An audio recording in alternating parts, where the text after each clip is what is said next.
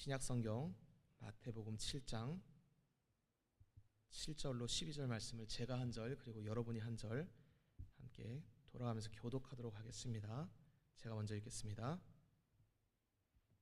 구하라 그리하면 너희에게 주실 것이요 찾으라 그리하면 찾아낼 것이요 문을 두드리라 그리하면 너희에게 열릴 것이니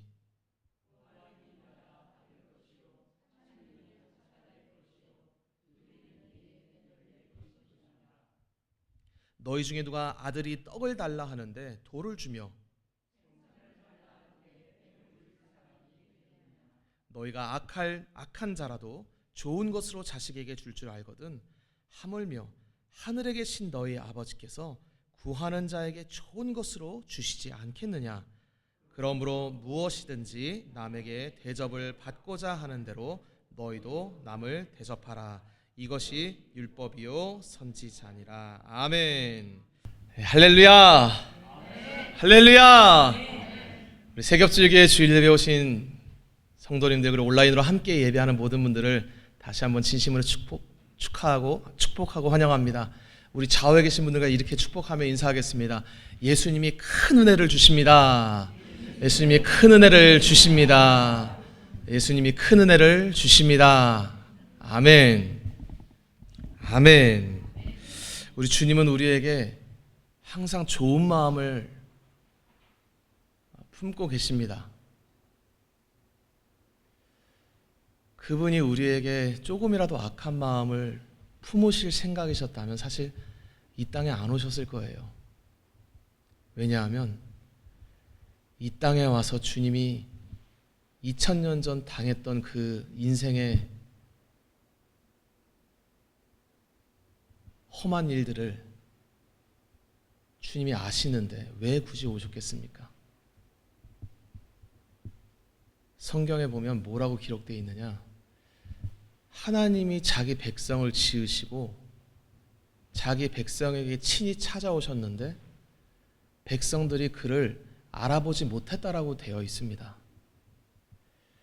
이게 그냥 2000년 전에 유대인들의 얘기냐 하면 사실 그렇진 않아요. 그 이전과 그 이후 지금까지 우리에게 찾아오시는 하나님을 우리가 바로 알 수 있는 것은 참 어렵습니다. 사실 불가능합니다. 누가 그것을 알 수 있냐? 하나님이 은혜 주신 자가 아는 것입니다. 우리는 내가 예수님을 믿는다. 이 믿음이 귀합니다. 믿음 귀한데 우리 믿음의 선조들은 뭐라고 고백했느냐? 이 믿음을 누가 주셨다? 하나님이 주신 겁니다. 그러니까 우리 믿음의 선조들은 자기가 주님을 믿는데 이게 너무 기가 막히고 이해가 되지 않으니까 이런 노래를 불렀어요. 왜 내게 성령 주셔서 내 마음을 감동해. 주 예수 믿게 하는지 알겠다 모르겠다? 기적 같은 일이라는 것입니다. 할렐루야. 우리 가슴에 손 얹고 한번 이렇게 고백해 봅시다. 기적을 경험하고 있습니다. 기적을 경험하고 있습니다. 아멘. 여러분, 예수님 믿는 것이 기적입니다. 저는 요즘은 사실 관심이 덜하지만 제가 한창 여기에 빠졌을 때 복권에 그렇게 관심이 있었을 때가 있었습니다. 야, 이거 숫자 6개만 맞추면 내 인생이 이렇게 바뀔 텐데. 물론 이게 심하게 빠진 건 아니었어요. 크리스찬들이 복권에 관심 있을 때 뭘 하는 줄 아십니까? 다들 관심이 없어서 모르겠지만 기도를 해요, 여러분. 하나님께 이거 당첨되게 해달라고. 제가 기도를 했겠습니까? 안 했겠습니까? 기도했죠. 왜 안 했겠습니까? 주님, 그때 왜 기도했냐? 제가 굉장히 신령했었어요. 믿음이 충만했었습니다. 믿음으로 구하면 받는다 안 받는다? 받는다. 내가 잠깐 나 지금 믿음 있나? 지금처럼 이렇게 내가 홀리할 때가 없지. 믿음이 있는데 내가 뭐 큰 돈 주시면 내가 또 엄한 데 쓰겠어? 또 헌금도 쫙 이렇게 멋지게 하고 베풀고 또 주님께도 영광 돌리고 이러지. 뭐 가고 내가 그 돈 받는다고 뭐 어디 무슨 랜드 가서 뭐 이거 파친코 당기고 그러겠나. 그리고 진지하게 기도를 했습니다. 주여, 첫 번째 숫자는 무엇입니까? 그렇게 기도했는데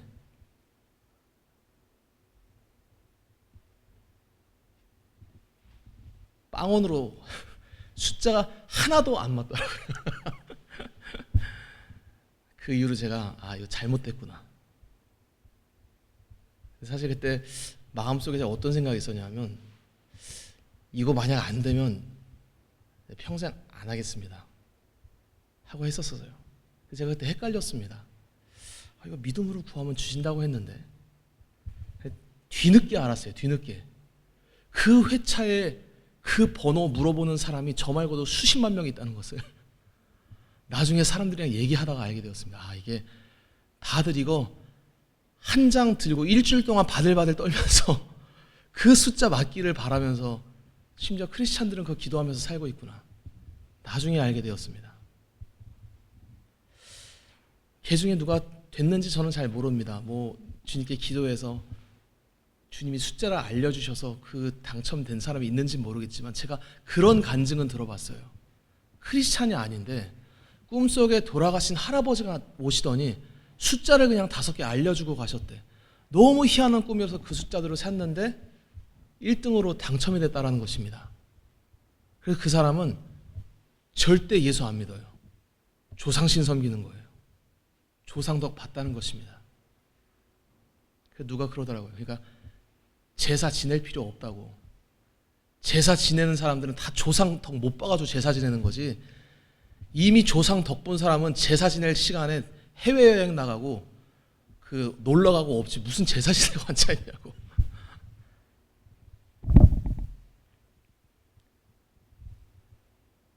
우리 주님께서 만약에 기도했는데 로또가 당첨된다. 그런 간증이 수십만 명, 수백만 명에 이른다면 나름 교회가 부흥할 수도 있지 않을까 하는 생각을 해봤습니다. 근데 제 마음에 그런 생각이 떠오르더라고요. 야, 그럼 그 복권 들고 돈을 위해서 온 사람들이 교회를 채우고 수십 명, 수백 명이 됐을 때 도대체 그 교회는 무슨 교회인가?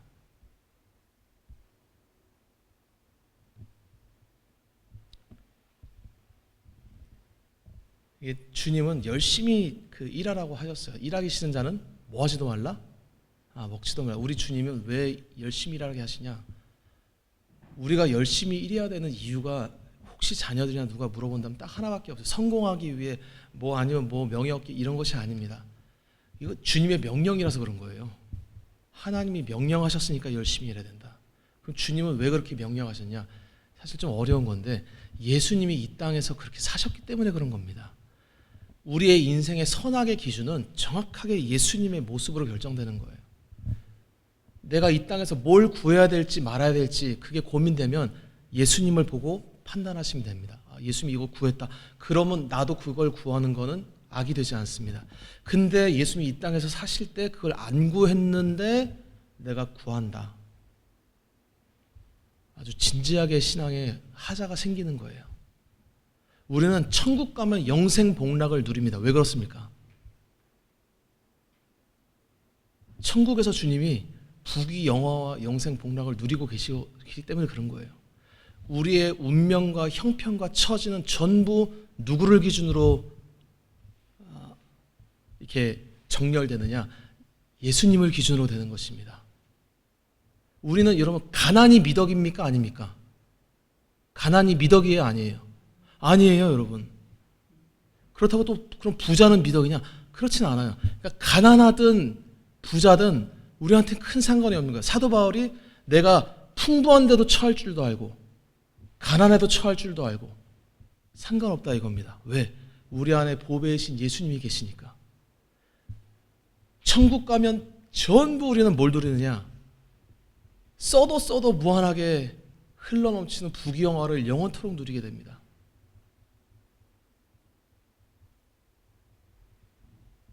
근데 그거를 알고 그것을 예비하신 주님을 믿고 사는 자는 이 땅에서 하루하루 사는 것도 기쁜 거예요. 왜? 내 미래가 망할 수 없는 확실한 보장보험이 예수 그리스도로 말미암아 되어 있으니까.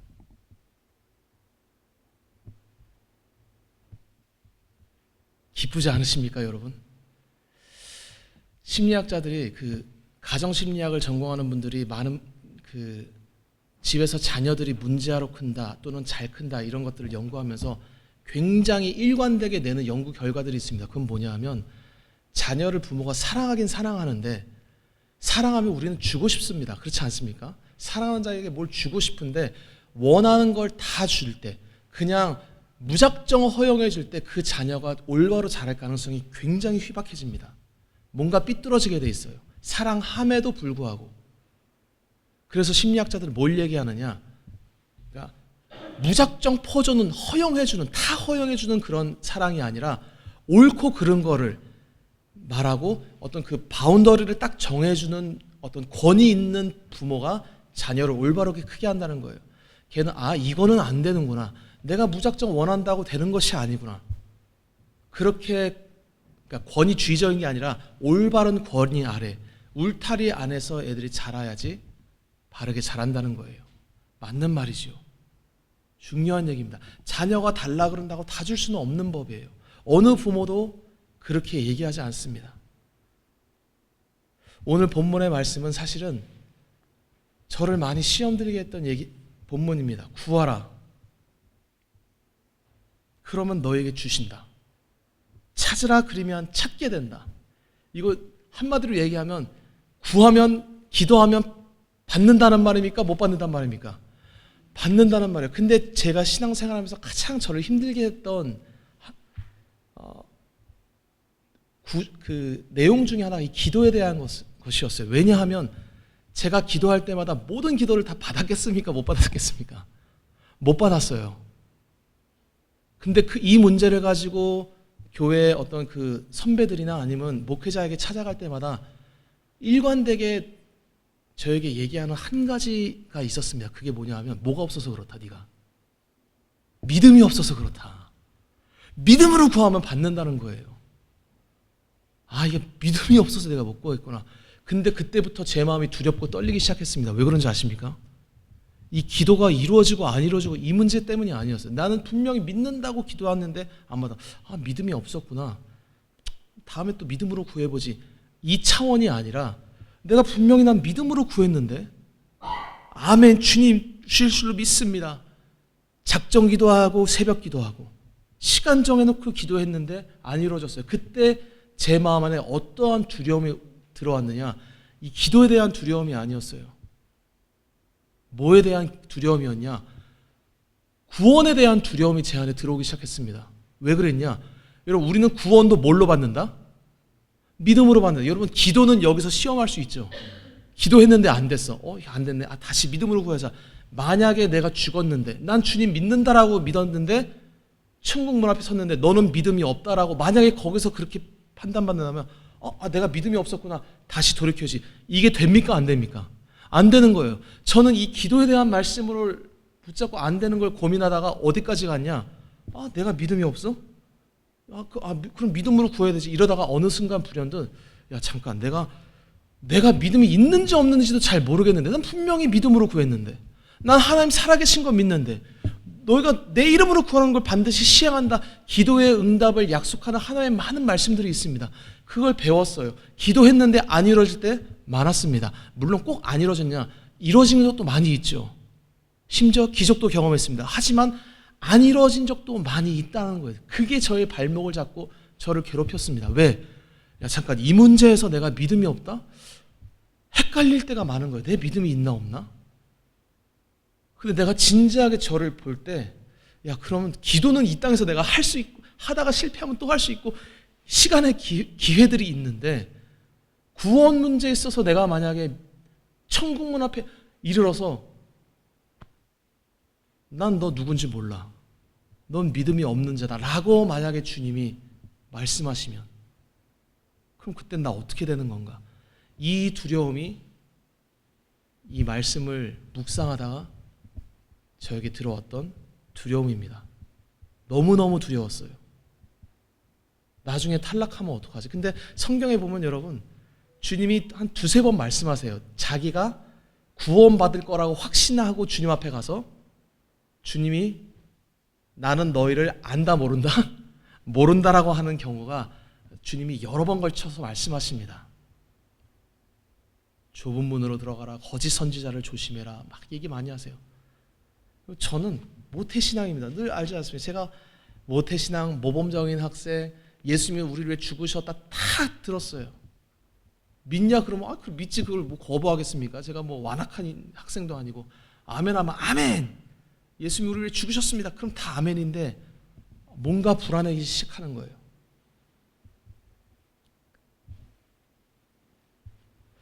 하나님은 내가 이렇게 불안한데 뭐가 이렇게 확신이 있으셔서 구하면 준다, 찾으면 찾는다, 문 두드리면 열린다, 구하는 일마다 받게 된다, 구하면 반드시 받는다라고 주님께서 연거푸 말씀하시는 거예요.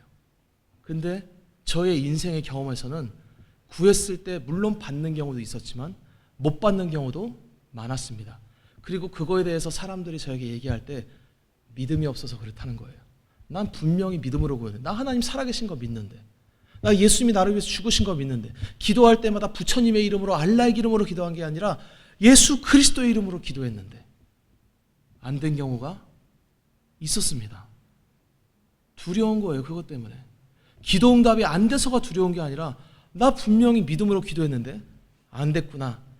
그러면 뭐 그냥 안 될 수도 있지, 뭐 물론 안 될 수도 있지, 기도는 안 돼도 좋다 이겁니다. 저는. 근데 만약에 이 문제가 내 구원의 문제랑 똑같은 문제라면 어떻게 되는 것인가?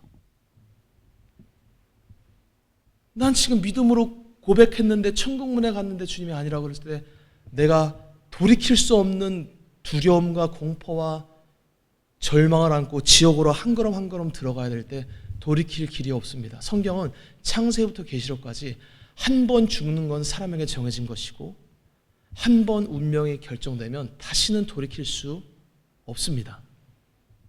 천주교랑 기독교는 달라요. 정확히 말하면 개신교. 천주교는 우리가 이 땅에서 선행을 하면 지옥까지는 안 갑니다. 어디 갑니까? 연옥에 가게 돼 있어요. 거기서 내 가족들이 나를 위해서 공덕을 쌓든 내가 어떻게 하든 거기서 정화된 다음에 다 천국 가는 것이 천주교 교리입니다. 우리 하나님이 그렇게 악한 분이겠습니까?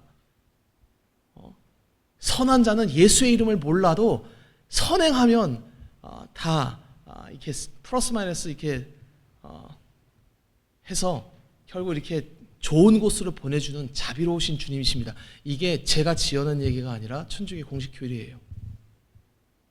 그래서 거기는 내 죄를 대속하기 위해서 선행을 쌓습니다. 이게 두 개가 이렇게 맞물려서 그 유명한 유럽의 제가 그 이름이 생각 안 나는데 배우였나 그런데 너무너무 착하고 그 프로그램에서 아동들에게 그렇게 친화적이고 애들을 잘 대해주는 남자 배우였는데 나중에 발칵 뒤집어진 게 뭐냐, 아동 성착취자였다는 거예요. 근데 그 사람이 독실한 카톨릭 신자였습니다. 제가 어떤 종교를 욕하려는 게 아니라 어떤 그 사람이 갖고 있는 세계관이 우리의 행동을 어떻게 인도하는지를 얘기하는 겁니다. 그 사람이 얘기하는 게 그거예요. 내가 이 더럽고 추악한 쾌락을 충족시키기 위해서 이 짓을 했는데 내가 반대면 내가 감추어진 이면의 죄악 말고 사람들에게 나타내는 그 사회적 현상에서 내가 아이들에게 선을 행하고 친근하게 하면 이게 플러스 마이너스가 이렇게 상쇄돼서 내가 하나님 앞에 설 수 있을 거라고 나는 생각했다. 이게 그 사람이 천주교 교리를 잘 알고 있어서 그렇게 하는 것입니다. 우리는 인간의 죄라는 거는 인간의 행위로 없어질 수 있습니까? 없습니까? 이거 없어요. 정확히 알아야 돼요. 죄의 삭은, 죄의 대가는 죽음 외에는 없는 거예요. 죄가 있는 자는 하나님의 진노의 칼을 피할 수 있습니까? 없습니까? 없습니다. 전부 죽어야 돼요. 얼마나 하나님이 진노하시냐? 영원토록 진노하십니다. 지옥에서 안 꺼내주세요. 성경은 그 얘기를 많이 쓰는데 어느 정도까지 얘기하냐? 자비와 긍휼이 한 방울도 섞이지 않은 순수한 하나님의 진노와 저주를 영원토록 받게 된다고 이야기합니다. 여러분 두려운 거예요. 제가 가끔 자녀를, 저도 부모니까 훈육할 때 때로는 좀 엇나갈 것 같아서 자비 없이 강력하게 제가 자녀를 혼낼 때가 있습니다. 닭똥 같은 눈물을 폭포수같이 흘려요, 제 앞에서. 저도 가슴이 아프죠. 근데 혼내야 될 땐 혼내야 됩니다. 왜? 옳고 그른 것이 크리스찬은 분명하니까. 두려운 거예요. 여러분, 인간 부모가 혼낼 때도 무서운데 하나님이 우리를 진노하시고 저주하실 때 그 두려움을 무엇과 비교할 수 있겠습니까? 근데 이거를 왜 우리에게 말씀하시느냐? 지금 인간이 처한 현실이 전부 하나님 앞에 죄인이기 때문입니다. 우리는 원래 하나님이 죄 없는 하나님의 존귀한 현상으로 만들었어요. 근데 선악과 먹고 그 다음부터 태어나는 우리들은 다 죄인으로 태어납니다. 이게 지금 오늘 원죄까지 설명할 수는 없는데 좀 어려운 얘기예요. 우리는 원죄라고 하는 오리지널 신, 태어날 때부터 어쩔 수 없이 죄를 짓는 타락한 죄성을 가지고 태어납니다. 그러니까 아이들에게 죄를 안 가르쳐도 자동으로 죄를 짓는다, 안 짓는다? 짓는다는 거예요. 아니, 어떻게 저 아이가 저런 죄를 지었을까?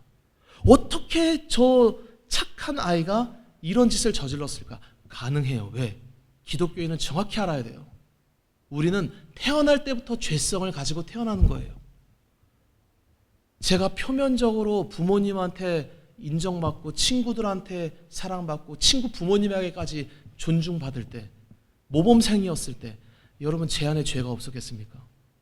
못된 짓 많이 했어요. 안 들켜서 그렇지. 그것뿐이겠습니다. 제가 아는 저의 모습의 죄가, 서목사가 아는 서목사의 죄가 저의 죄의 전부겠습니까? 아니죠. 주님은 더 깊이 하셔요. 우리의 죄악의 더러움을 모르고 사는 것입니다. 우리가 타락한 다음에 에덴 동산에서 쫓겨나고 그 다음에 인간들이 뭘 겪느냐? 그때부터 육체의 질병, 고난, 괴로움, 힘들게 또 땀 흘려 일해야 되는 것, 노동해야 되는 것, 온갖 가지를 겪습니다. 창피도 느끼고 부끄러움도 느끼고 하나님의 영광스럽고 존귀했던 삶을 전부 잃어버려요. 그때 인간들이 하나님께 구하는 것이 뭐냐? 돈 주세요. 괴롭습니다. 병 걸렸습니다. 안 아프게 해주세요. 창피합니다. 안 창피하게 해주세요. 하나님께 구하다가 안 되면 그때 어디 가느냐? 그때 여러분 용하다는 그 선여보살님한테 가는 거예요. 가서 복비 주고 액땜하고, 용하다 하면 거기 가고, 꿈속에 조상 나타났으면 조상 찾고. 인간이 당한 진짜 중요한 본질은 뭐냐? 우리가 하나님의 진노와 저주 가운데 처해 있다는 것입니다. 근데 아무도 거기서 나를 구원해 달라고 구하는 자가 없는 거예요. 이 모든 사람들이 자기가 당한 처지를 모르고 살아가는 때에 우리를 대신해서 하나님께 우리의 영원한 복락을 구하기 위해 찾아오시는 분이 계십니다. 그분이 바로 예수 그리스도이십니다. 예수님은 이 땅에 간절히 구하는 자로 오세요. 예수님의 닉네임이 기도하는 자입니다. 쉬지 않고 기도하는 자가 예수님의 말하자면 별명이에요. 그분은 구하고 찾고 문을 두드리는 자입니다. 뭘 구하고 뭘 찾고 무슨 문을 두드리시겠습니까? 바로 우리에게 영원한 복을 주시기 위해 구하고 찾는 분이세요. 예수님이 이 땅에 와서 보니까 사람들이 살아가고 있어요. 불쌍해요. 예수님이 성경에 그럽니다. 목자 없는 양과 같이 기진함이라. 여러분 그때 목자가 없었겠어요? 성경을 박식한 유대인들의 그 최고의 지휘부에 서 있는 바리새인과 종교 지도자들은 부지런히 가르쳤어요. 성경을. 율법을 잘 지키면 복 받는다고, 영생까지 얻는다고. 근데 예수님이 보니까 그 길은 영생의 길이다, 지옥의 길이다. 지옥의 유일하게 살 수 있는 길이 뭐냐? 우리에게 생명을 줄 수 있는 유일한 길이 어느 길이냐? 그 길은 따라해 보겠습니다. 예수의 길. 예수님을 믿는 것. 그 길이 유일하게 영생 얻고 복 받는 길입니다. 주님이 그거를 알려주시기 위해 이 땅에 오신 거예요. 우리를 대신해서 그것을 간절히 구하십니다. 하나님 이들의 죄를 용서해 주십시오. 주님 이들의 영생의 길로 인도해 주십시오. 그때 하늘에서는 무슨 응답이 내려오느냐? 죄인은 죽어야 된다. 죄인은 심판을 피할 수 없다. 그때 예수님이 무슨 기도를 하시느냐? 그럼 죽여주십시오. 이런 기도 안 하십니다. 그러면 저들의 죄를 저에게 갚으십시오. 저들의 더러움을 저에게 전부 전가시키십시오. 내가 대신 받고 내가 대신 주고 저들의 죄를 사할 수 있다면 그렇게 저들의 죄를 용서해 주십시오. 그때 하나님께서 예수님께 뭐라고 말씀하시냐? 너가 살리는 자는 내가 살린다. 너에게 심판하는 권세를 내가 다 준다. 그렇게 산 자와 죽은 자를 심판할 권세를 가지고 누구든지 주의 이름을 믿는 자에게 구원을 주시기 위해 찾아오신 분이 우리 예수 그리스도이십니다. 할렐루야. 그분을 믿는 자는 구원받는 거예요. 그분은 여기서 구하라, 찾으라, 문을 두드리라, 마치 누구든지 구하면 다 받을 것처럼 주님이 말씀하셨어요. 왜 이런 말씀하셨나? 여러분, 우리가 좀 이렇게 띄엄띄엄 봐서 그런데 지지난 시간 언젠지 기억은 안 나지만 무엇을 먹을까, 무엇을 마실까 구하지 마라. 너희들이 필요한 거 주님이 아신다. 그거 구할 필요 없다. 이방인처럼 기도하지 마라. 그렇게 얘기하신 주님께서 갑자기 연이어서 아무거나 구해라. 믿음으로 구하면 받는다라고 말씀하시는 분이시겠습니까? 아니에요. 여기서도 구하라, 찾으라, 문을 두드리라. 이거는 예수님의 메시지는 한 가지밖에 없습니다. 무엇이겠습니까? 네, 여러 가지 얘기로 답변할 수 있습니다. 주님의 나라와 의를 구하라는 거예요. 그 나라와 의는 바로 사실 다름 아니라 예수 그리스도를 만나고 싶은 자 나오라 이 말입니다. 만나 주시겠다는 거예요. 죄 용서해 주시겠다는 겁니다. 아무리 죄가 많아도 주님 용서해 주십시오. 누구든지 예수님 앞에 나오면 그 죄가 어떠한 더러운 죄든지 추악한 죄든지 전부 용서해 주시겠다는 예수님의 사랑의 언약입니다. 나에게 와라. 나를 구해라. 내가 너희를 위해 구하겠다. 이제 내가 너희를 위해 죽겠다. 너희들이 필요한 그 영생을 내가 다 주겠으니 생명 주겠다. 주님, 생명은 이제 됐고 돈 좀 주십시오. 딱 한 30년만 부귀영화를 누리고 싶습니다. 저는 이렇게 주님이랑 딜하고 싶은데 항상 주님은 제가 이렇게 이상한 기도하면 꼭 그 자신을 감추시더라고요. 그래서 우리 주님은 지혜로우십니다. 우리가 이상한 기도할 때 주님이 다 들으시는데 참 감사하게 구약 성경에 보면 자기 딸과 아내가 서원했을 때 그거를 취소할 수 있는 권세가 그 아버지나 남편에게 있습니다. 근데 그 기도할 때 우리의 기도는 항상 물론 다이렉트로 주님 앞에 올라가는데 누구의 이름으로 우리가 기도하죠? 예수의 이름으로 기도합니다. 예수의 이름으로 기도할 때 우리의 기도가 하나님이 보실 때 악한 거다, 좋지 않다 그러면 그것을 좋은 걸로 이렇게 해서 우리의 기도를 없애시고 우리에게 필요한 것들을 주실 수 있는 권세가 예수님께 있습니다. 그러니까 예수님은 우리가 뭘 해도 사실 상관없어요. 어차피 주님의 뜻이 이루어집니다. 그분처럼 선하게 우리를 바라보실 수 있는 분은 없습니다. 그분은 우리를 위해서 항상 간구하세요. 그리고 그분의 간구는 이루어지겠습니까? 안 이루어지겠습니까? 다 이루어져요, 여러분. 요한복음 11장 41절 42절 우리 같이 한번 큰 목소리로 읽어보겠습니다. 시작. 예수께서 눈을 들어 우러러 보시고 이르시되 아버지여 내 말을 들으시는 것을 감사하나이다. 항상 내 말을 들으시는 줄을 내가 알았나이다. 그러나 이 말씀하옵는 것은 둘러선 무리를 위함이니 곧 아버지께서 나를 보내신 것을 그들로 믿게 하려 함이니이다. 아멘. 아멘. 우리가 믿어야 될 것이 무엇입니까? 내가 믿음으로 기도하면 구해진다?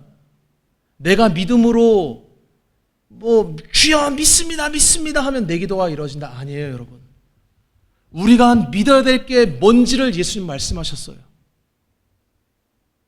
그러나 이 말 함는 것은 둘러선 무리들을 위함이니 아버지께서 우리의 구원자를 보내주신 것을 그들로, 그러니까 예수님이 우리의 구원자라는 걸 믿게 하기 위해서, 즉 우리가 믿어야 될 것은 내가 나의 구원자가 되기 위해 내가 내 믿음으로 구원받는다는 걸 믿으라는 게 아니라 예수님이 하나님께 올린 모든 기도 반드시 응답되는 위대한 구원자라는 것을 믿으라는 것입니다.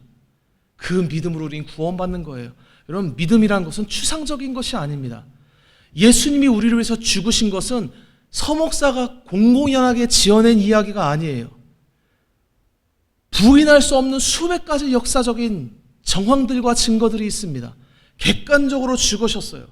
우리가 늘 고백하듯이 본디오 빌라도에게 고난받으사 죽으셨습니다. 죽으신 지 3일 만에 부활하셨어요.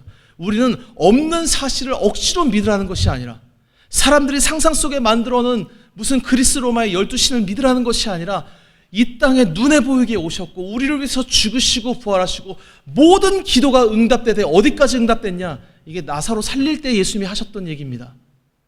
예수님은 기도하시면 어디까지 응답받냐? 죽은 자도 살리시는 거예요. 예수님이 우리를 살리시면 무슨 죄가 많을지라도 죄사함 받고 구원을 얻습니다. 이것이 예수님의 권세예요. 할렐루야. 우리가 그분을 믿고 있습니다. 영접하는 자, 곧 그 이름을 믿는 자에게는 하나님의 자녀가 되는 권세를 주셨으니 할렐루야. 구하는 자마다 받을지어다. 찾는 이가 얻게 됩니다. 문을 두드리는 자에게 문이 활짝 열립니다. 여러분, 예수님은 이 땅 가운데 문 열어주시기에 오셨어요. 천국 문 열어주시려고. 자기한테 오라는 거예요. 내게로 나와라. 내게 나오면 네 인생 문제 다 해결해주고 천국까지 전부 다 해결해줄게. 그러면서 주님이 사실은 우리를 사랑하시기 위해 디테일하게 얘기 안 하세요. 왜냐하면 디테일하게 얘기해봤자 하나님의 지혜를 우리가 감당할 수 없습니다. 그래서 보통 주님은 내가 너를 사랑한다. 염려하지 마라. 걱정하지 마라. 내가 너의 미래를 다 예비하고 준비하고 있다.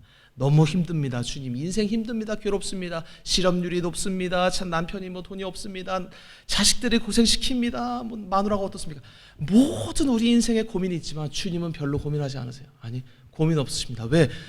그분의 뜻에 벗어나서 존재하는 피조물은 없어요.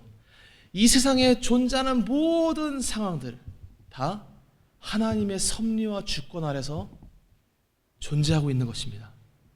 우리는 주님의 말씀을 따라서 구하고, 주님이 구하라는 거 구하고, 항상 기뻐하라 했으면 기뻐하고, 쉬지 말고 기도하라 그랬으면 또 주님, 내가 주님을 쉬지 말고 기도하라는 게 버킷리스트에 써놓고 그거 응답되도록 기도하라는 게 아니라 항상 주님과 동행해라. 예수님을 항상 사모하고 그분과 동행해라. 이런 뜻입니다. 여튼 그럼 주님이 나머지 문제는 다 해결해 주시고 은혜를 주신다는 복되신 주님의 메시지입니다. 하나님이 인간에게 예수님을 보내주실 때 사람들에게는 다 많은 소원들이 있습니다. 네, 하나님에 대해서 우리가 정확히 아셔야 되는, 다 아시겠지만 주님은 이 땅에서에만 신이십니까? 아니면 이 땅과 저 세상 동시에 하나님이십니까? 동시에 하나님이십니까? 현세에서도 하나님이신 그분이 내세에서도 절대적인 주권자이시고 통치자세요. 우리가 이 땅에서 사는 기간이 많아야 100년, 200년입니다. 좀 길게 잡아서 1000년 산다고 합시다. 그 죽고 나서 살아야 될 기간은 1000년, 만년입니까? 아니면 영원토록 삽니까? 영원토록 살아요. 지금 우리보다 먼저 죽었던, 수천 년 전에 죽었던 사람들, 이 땅에서 뭘 구하며 살았느냐? 다 돈 달라고 구하고 살고, 나 좀 내 인생 좀 피게 해달라고 하고. 제가 요즘 감사하게도 수천 년 전 역사의 위인들이 어떻게 살았는지를 보는 기회를 참 얻었습니다. 참 감사한데, 인류 역사의 그 무시무시하게 넓은 땅을 제패했던 왕들 죽을 때 정말 비참하더라고요. 소름 끼칠 정도로 비참하더라고요. 어떤 왕은 나는 한평생 신들을 잘 접대하고 사람들에게도 잘하고 잘했는데 왜 내 인생엔 이렇게 고통이 가득하고 왜 우리 집에는 이렇게 부끄러운 일이 끊이질 않고 뭐 그러면서 온갖 원망 불평하다가 괴롭다. 지금 나를 위해서 기다리는 건 죽음뿐이다. 신들이시여 나를 구원하소서. 이러다 예수님 모르고 그냥 가버렸습니다. 유명한 왕이에요. 아시리아의 왕이었는데 그 자만 그랬습니까? 아니에요. 다 그렇습니다. 살 때는 막 전 세계를 제패할 것처럼 온 세상을 호령할 것처럼 구하고 살다가 죽을 때는 쓸쓸하게 한 줌 흙으로 들어가는 것이 인생의 운명입니다. 죽은 다음에 지금까지 수천 년 동안 그가 만약 지옥에 갔을 텐데 지옥에 가서 뭘 구하겠습니까?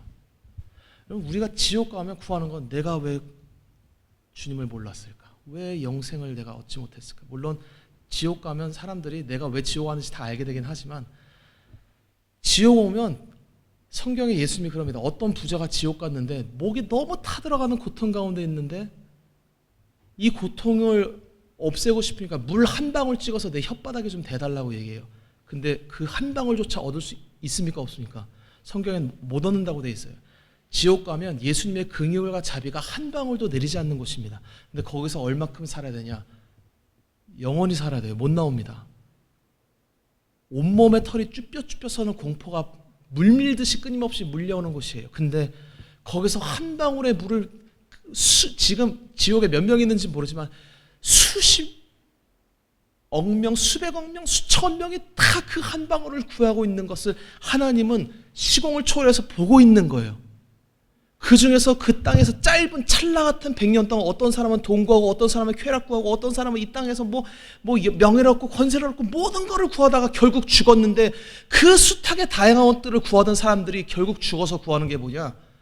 영생 달라는 거예요. 한 방울의 그 자비 한 번만 주십시오. 여러분 하나님이 현세와 내세의 인간을 지금 다 동시에 보고 있는 주님이 우리한테 모든 사람이 구하는 한 가지를 주시기 위해서 예수님을 보내주셨어요. 그 인간들이 결국 원하는 게 뭐냐? 복 달라는 건데 그 복이 뭐냐? 우리의 죄를 사해 주시고 우리에게 구원을 달라는 게 하나님이 천국에서 보시는 하늘에서 보시는 인간들의 현 주소인 겁니다.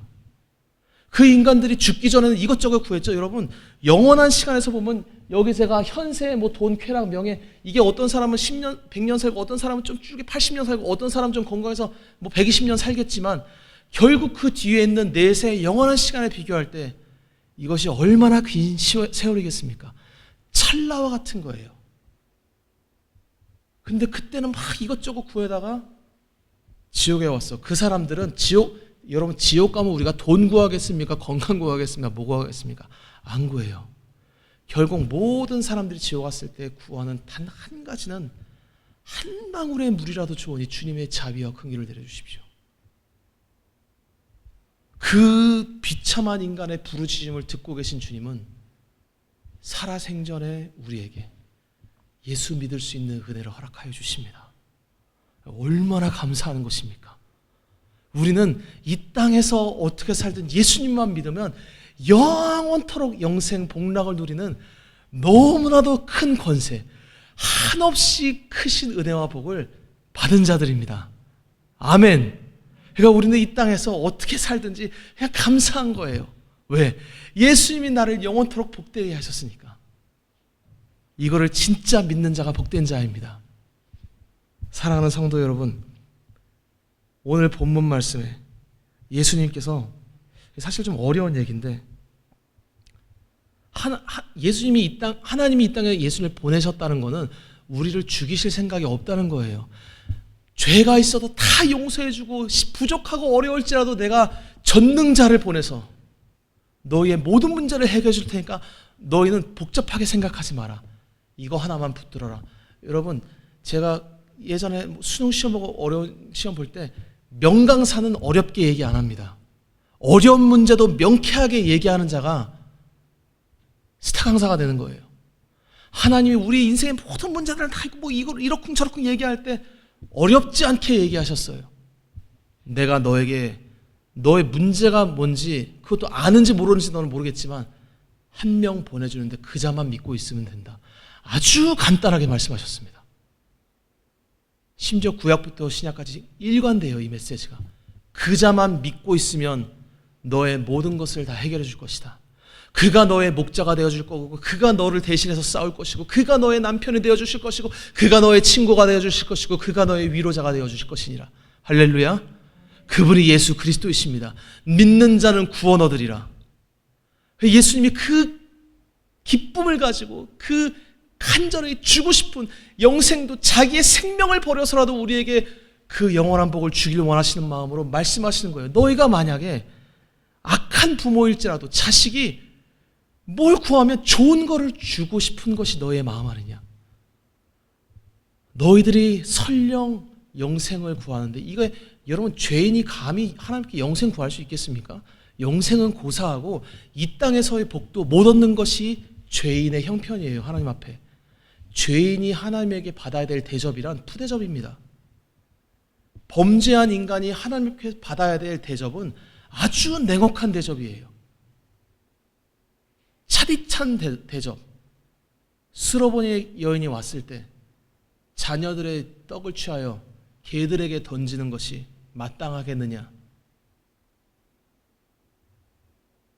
그때 자기가 그런 대접받아야 될 죄인임을 알고 예수님 앞에 엎드려서 긍휼을 구하는 자는 예수님이 넌 믿음이 크다. 이만한 믿음을 내가 못 받노라. 그 믿음은 빵 부스러기 먹겠다는 믿음이 아니라 자기가 죄인이라는 그 예수님 앞에서의 자신의 누추함을 알고 그런 죄인에게 구원 베푸시는 예수님의 사랑을 믿는 믿음을 말하는 거예요. 왜? 예수님은 그 은혜를 베풀기 위해 오셨습니다. 따라해 보겠습니다. 그러므로 무엇이든지 남에게 대접받고자 하는 대로 너희도 남을 대접하라. 아멘. 여러분, 우리 남에게 좋은 대접받고 싶습니까? 푸대접받고 싶습니까? 우리는 다 좋은 대접받고 싶죠. 누가 남들한테 차디찬 냉혹한 그런 대접받고 싶겠습니까? 우리는 푸대접 원치 않습니다. 다 좋은 대접받고 싶어요. 근데 하나님이 보실 때 인간이 다 좋은 대접받고 싶은데 결국 인간이 하나님 앞에 섰을 때 무슨 대접받고 싶냐? 하나님의 자녀로서 대접받고 싶은 거예요. 결국은. 근데 그 대접을 못 받아요, 인간이. 왜? 죄가 이겼어서. 근데 하나님의 자녀가 됐으면 좋겠다. 하나님의 자녀로서 대우받고 싶다. 어느 인간에게 가서 우리가 하나님의 자녀 되는 법을 구하겠습니까? 못 구해요. 우리가 다른 사람에게 사실 대접받고 싶은 거, 명예, 존중 이런 거, 여러분 별거 아닙니다. 결국 인간이 남에게 받아야 될 존중과 대접은 하나님의 자녀로서의 대접이에요. 우리가 남에게 받아야 될 대접이란 게 다른 게 아니라 예수님이 구원을 주시는데 하나님의 자녀로서의 대접을 받고 싶은데 너희도 남을 대접하라. 이 너희가 여러분 우리를 얘기하는데 우리가 무슨 짓 한다고 우리 하나님의 자녀 될 수 있습니까? 없습니까? 없어요. 그래서 인간의 모습을 입고 우리의 대표로서 예수님이 우리 중에 하나가 되셔서 우리에게 이 구원을 베풀어 주신다는 말씀입니다. 좀 어렵긴 하지만 예수님이 인간으로 오셨기 때문에 이 말씀을 성취하시는 거예요. 내가 너희의 죄를 가져가고 너에게 영생을 줄 것이다. 그렇게 우리를 하나님의 자녀로 그리고 자신의 신부로 대접해 주시기에 오신 분이 바로 예수님이십니다. 그분 앞에 나가면 모든 복을 다 받습니다. 사랑하는 성도 여러분, 신앙생활은 어떤 면에서 복잡한 게 아니에요. 그냥 몰라도 내일 일은 난 몰라요. 그러니까 무책임하게 살라는 것이 아니라 하나님이 주신 분복대로 지혜대로 생각하고 주님이 그러잖아요. 마땅히 믿음대로 생각해라. 그리고 주님이 지혜 주시면 그 지혜로 행하고 사람마다 지혜도 다 다르고 심지어 믿음의 역량도 다 다릅니다. 크게 상관없습니다. 예수님만 바로 믿으면. 하나님이 내게 주신 분복대로 할렐루야 찬양하면서 주님과 함께 동행하는 거예요. 그렇게 예수님이 기뻐하며 찬양하며 살다가 주님 손 붙잡고 천국 들어갈 때 당당하게 예수님 손 붙잡고 하나님의 자녀로 들어가는 복된 인생이 바로 저와 여러분입니다. 할렐루야. 기뻐하며 살아가십시오. 하나님이 우리에게 어떤 대접해 주길 원하냐? 결국 하나님의 자녀된 권세, 하나님의 자녀의 대접을 다시 해주시기를 원하셨어요. 오늘 우리가 누리는 이 권세는 하나님의 자녀의 권세입니다. 이 대접을 하나님께 해주시는 근거는 예수님이 우리를 위해 죽으셨기 때문이에요.